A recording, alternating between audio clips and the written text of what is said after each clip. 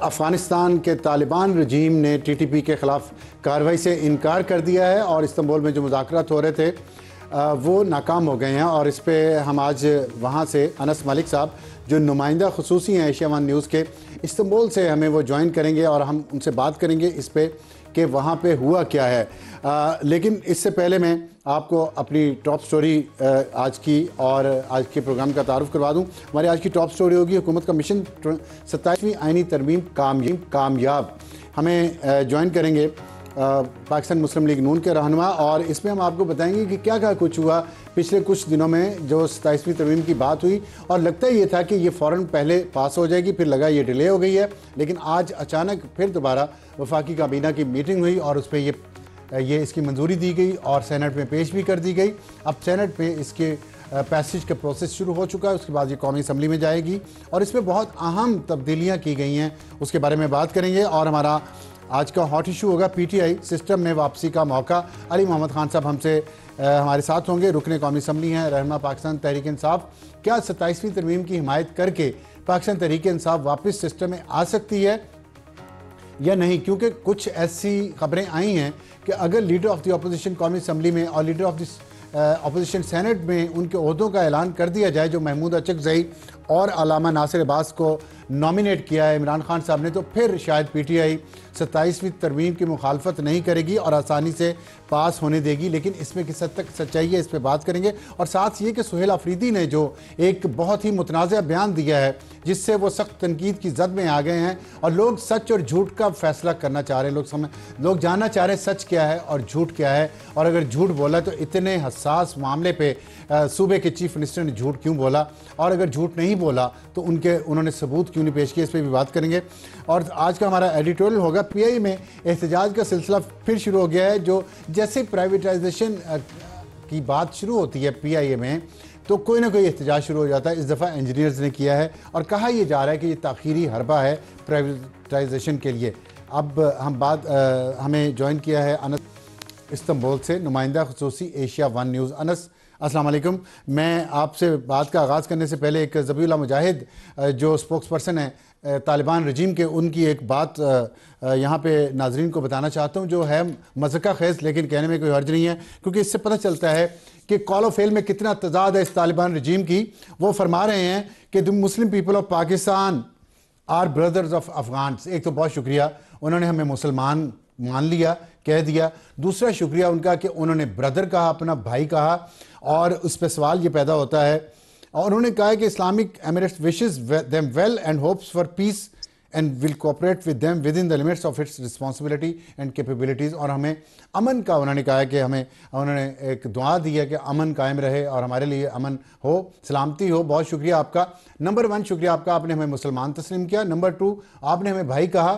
اس پہ ہمارا سوال یہ ہے کہ کون ایسا شخص یا مسلمان ہوگا جو اپنے بھائی کے 70,000 شہریوں کو شہید کر دے، جس میں پختون بھی ہوں، اور اس ملک کے 7,000 سیکورٹی فورسز کو شہید کر دے جو بھائی بھی ہوں، جو مسلمان بھی ہوں۔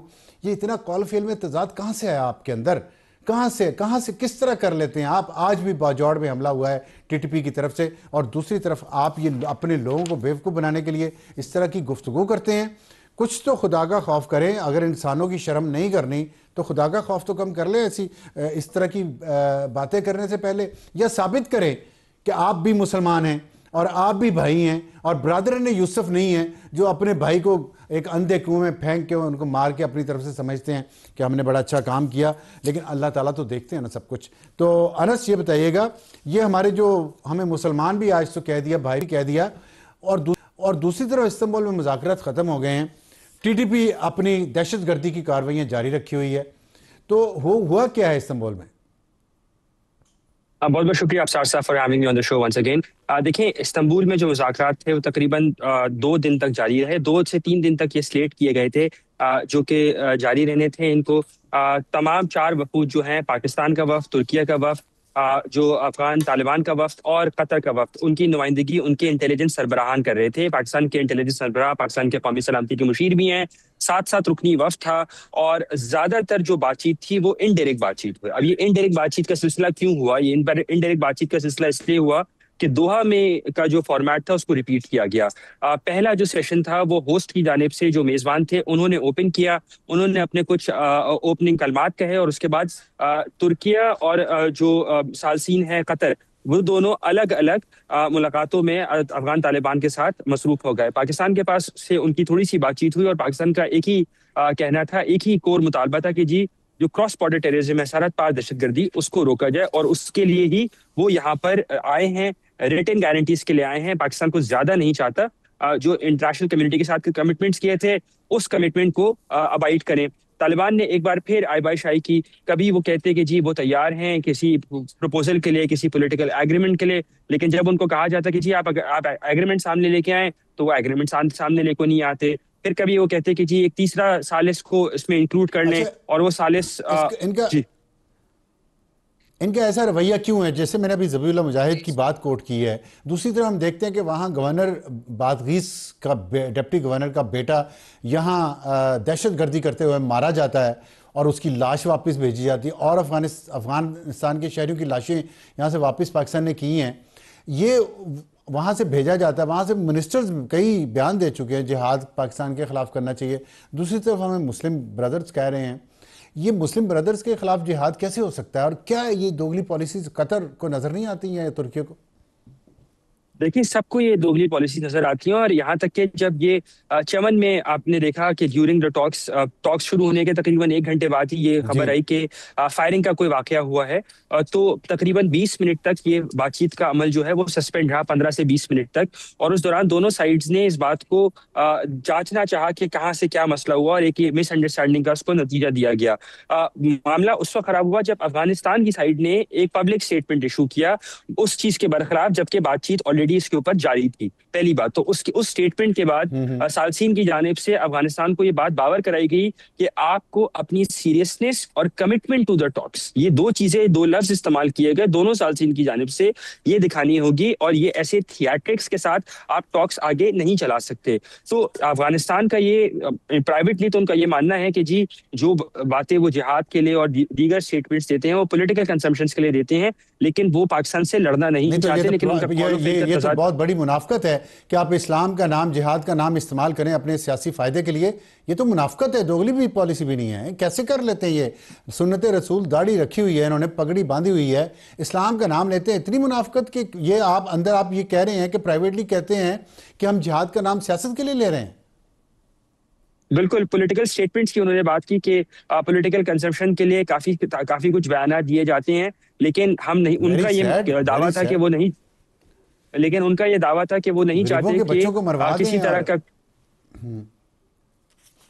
ان کا یہ دعویٰ تھا کہ وہ نہیں چاہتے کہ کسی طرح کا کوئی کانفلکٹ ارائز ہو. تو ایک ثالث کی جانب سے اس دوران یہ بات کہی گئی کہ انہوں نے بھی کافی زیادہ سرحد پار دہشت گردی, کراس بارڈر ٹیررزم خود سفر کیا ہے, اور اس لیے جو کنسرنز اس روم کے اندر, اس کمرے کے اندر ریز کیے گئے ہیں وہ اس سے نہ صرف ایسوسیٹ کر سکتے ہیں بس اس کے ساتھ ریلیٹ بھی کر سکتے ہیں. اور اسی لیے زور بھی دیا جا رہا ہے کہ ریٹن گارنٹیز کسی نہ کسی طرح آئی جائیں. لیکن ڈے 1 سے ہی ہم نے دیکھا کہ ایک سٹیل میٹ آ گیا تھا, اور وہ سٹیل میٹ ایک ہی پوائنٹ کے اوپر, ایک سٹیکنگ پوائنٹ کے اوپر تھا, وہ یہی تھا کہ طالبان کسی بھی طرح سے ریٹن گارنٹیز دینے سے گھبرا رہے تھے اور بھاگ رہے تھے.